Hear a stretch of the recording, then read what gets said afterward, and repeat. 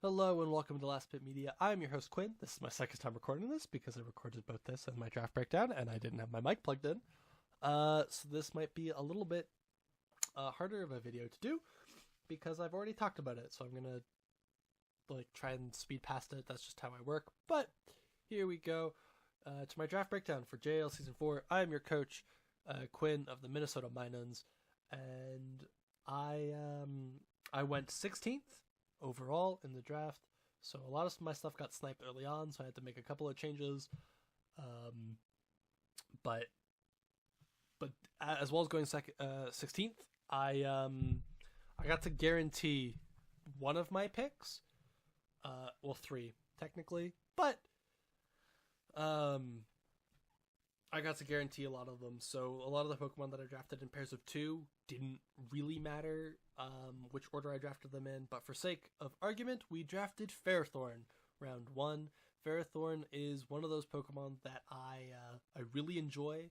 I really like Ferrothorn. He is a really nice lead. He's a really nice, just general, really good bulky steel and grass type. He dies to pretty much any fire type move, but I have counters to that in the form of my bulky water type that you'll see a little bit later down the line.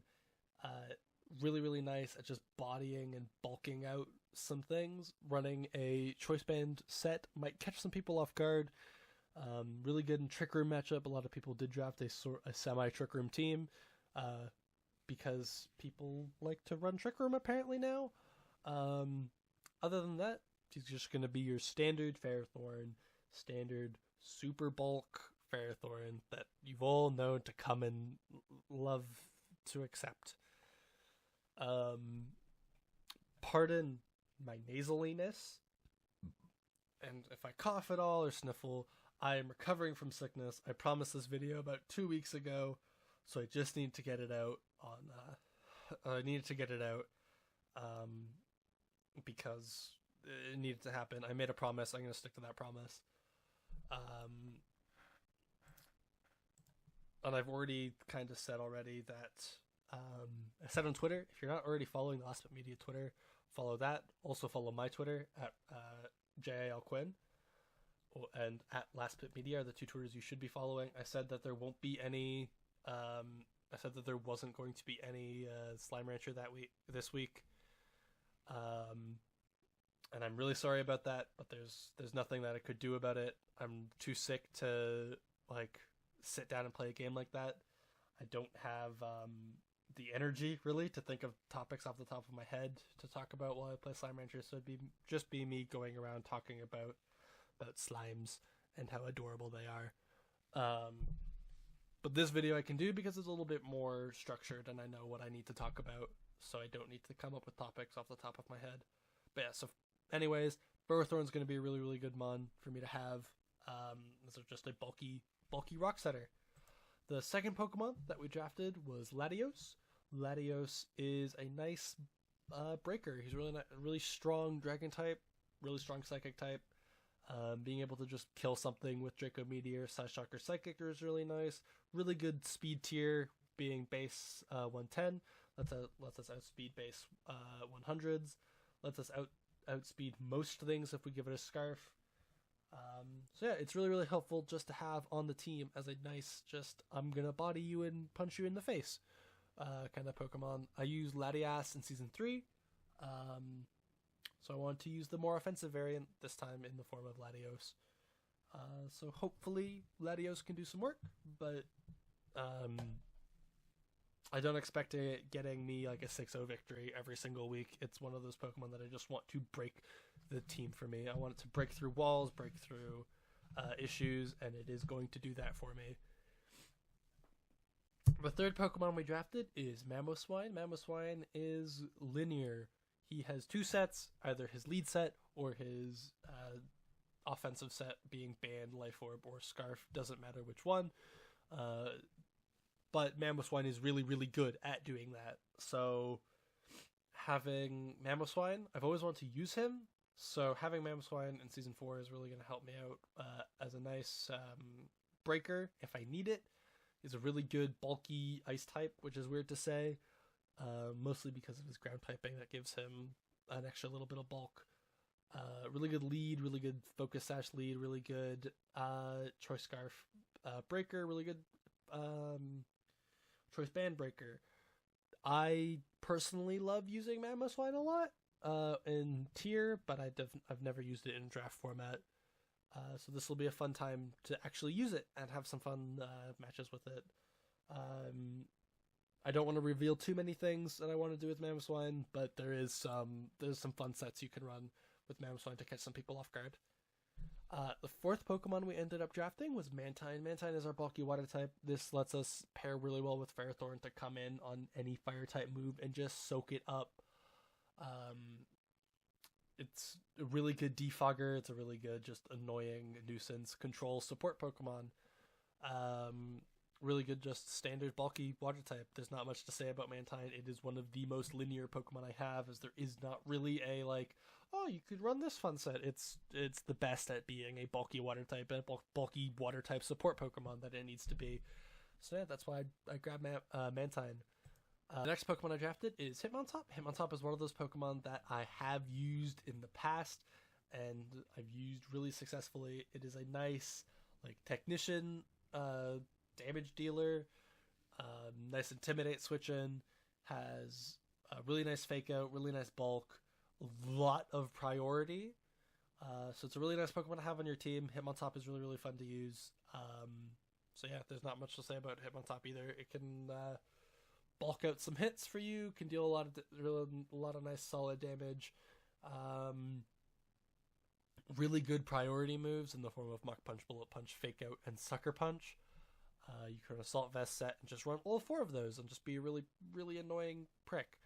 So that's fun with Hitmontop.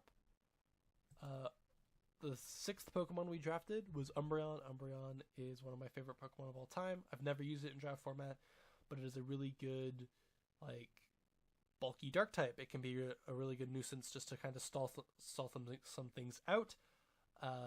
It's really nice at playing some gimmicky sets like Curse Sub, or like passing some things like Curse Sub to something else. Curse Payback is a really nice gimmicky set.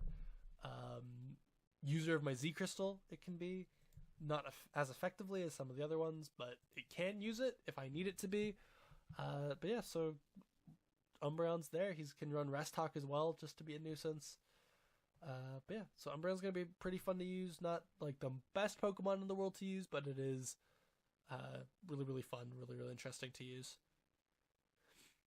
The seventh Pokemon we drafted was Volcarona. We drafted Volcarona as a Tier 1 Mon. Normally it is Tier 2, but we drafted it as a Tier 1 as my Blacephalon got sniped. It is one of those Pokemon similar to Latios, where it is my breaker, but it is also a really nice sweeper. This Pokemon can end up getting 6-0s for me. This Pokemon can end up closing out games for me. This Pokemon is a really, really, really nice, strong special attacker with a really nice setup move in the form of Quiver Dance being a bug type. Fiery Dance is also a really good signature move. 50% chance to raid your special attack by one stage is really, really strong. Gets a lot of nice coverage, lets it deal with some stuff. Volcarona is really, really nice to have. The next Pokemon we drafted, the eighth Pokemon, is Rotom. Rotom is my pivot. Rotom is going to be your standard Rotom. Rotom Heat got sniped, so I had to grab Mo. But Rotom is really, really strong, really, really good at just being a really solid pivot. A lot of rock setters are ground or rock, and taking a Leaf Storm from Rotom Mo is not nice. If it is a different rock setter like Skarmory, being able to Thunderbolt it's really nice. If it's another rock setter or a different lead that I wasn't expecting, being able to Volt Switch out is really just handy as a nice pivot way. So he's a really good Scarfed lead. You can also run some trick stuff to just to throw some sets off. Oh, excuse me. But yeah, so Rotom Mo is pretty much going to be your standard Rotom Mo every single week, because most of the Rotoms are very, very, very linear. So yeah, there's not much more to say about Rotom. The next Pokemon that we drafted was Mega Lopunny. Mega Lopunny is your standard I'm going to hit you really hard in the face physical attacker. Scrappy lets it hit everything with Fake Out, lets it hit everything with High Jump Kick. You know what Scrappy does. Lets you hit ghost types with the moves that it wouldn't be hit by. Or is it only normal type moves? Normal and fighting. Okay. Basically nullifies Ghost's immunities. But yeah, so that's really, really helpful to have on the team. She can also Healing Wish. If I know I'm going to die and I can't one-shot the thing in front of me, I can Healing Wish and get something in to full health that could deal with it. So that's really handy to have that. But like I said, Mega Lopunny is kind of linear, so there's not a lot to go in depth about Lopunny. The next Pokemon we have is our Maldo. Our Maldo has a little bit of some fun sets. You can run a Swords Dance sweeping set or a Home Claw sweeping set if you don't want to miss. You also get like Stealth Rocks and Rapid Spin, so it's a really nice lead as well, just to kind of check out some things. I got some nice coverage moves to deal with some other lead Pokemon like Aqua Jet or Liquidation, which is really handy. Maldo is one of my Pokemon that I wanted to use, or I didn't originally have on my plan. I originally had Crustle, but then it got sniped, so I picked Maldo, which is kind of the worst version of Crustle in my opinion, but it's still really, really good. Knockoff for some extra like coverage and just being able to be a nice, strong, bulky Pokemon that can deal with some stuff. The last Pokemon that we drafted was Mr. Mime. We picked Mr. Mime because I didn't have a Fairy type, and I wanted a nice, fun Pokemon that I've never used before with some nice options to it. It can be like a nice Technician, Scarf or Spec set. It can be a nice bulky set with Assault Vest that lets it take any special move in the game pretty much. Takes special steel type, takes Flash Cannons really, really nicely with that. Because of Filter being being one of its abilities.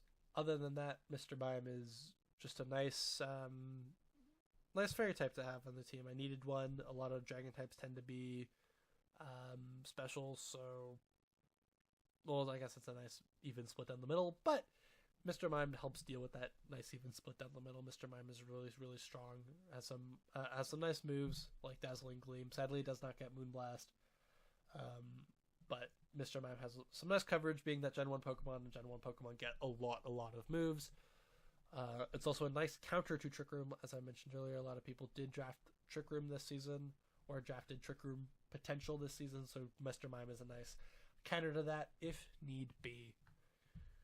But yeah, the last thing that we drafted was Ghosty MZ. Ghosty MZ is a last-ditch effort on my end, where I wanted Fire MZ originally, and then Buggy MZ, and then we ended up grabbing Ghosty MZ because both of those got sniped. The Pokemon that can use Ghosty MZ on the team are Mr. Mime, Rotom, Latios, and Umbreon. I don't plan on Umbreon using that Z Crystal a lot, or Rotom using that Z Crystal a lot. It'll pretty much only be Latios or Mr. Mime using it if need be. Other than that, that is my team. Later today, you will see a draft breakdown go up. Or, not a draft breakdown. This is the draft breakdown. A team builder go up, where I talk about my matchup against Omen and the LA Kingdras. So yeah, that'll be a fun match for me. I'll see you guys next time. Peace.